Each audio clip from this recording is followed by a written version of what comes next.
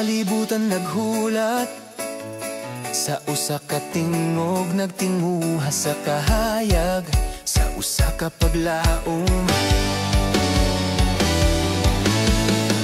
Apan sayang pagani ang tanan na usab, ang gugma sa amahan miabot ug milanap. Nabuak ang kahilom sa singgit sa mga anghel, ang atong kalipay karon walay makapugong. Sayang pag-ani mianhi ang kaluwasan, sayang pag-ani ang iyang grasya midangan.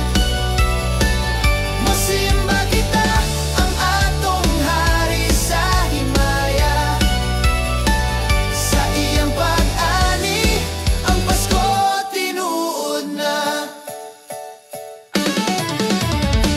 Dili kini bahandi, dili kini dekorasyon, ang regalo mao siya ang buktong nga ngalan.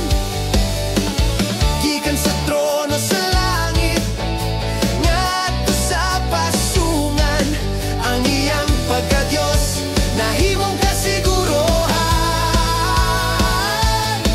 Nabuak ang kahilom sa singgit sa mga anghel, ang atong kalipay karon walay makapugong.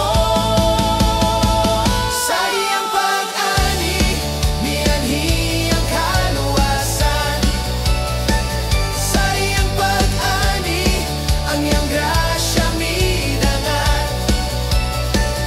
Mosimba kita ang atong hari sa himaya, sa iyang pag-ani ang Pasko tinuod na.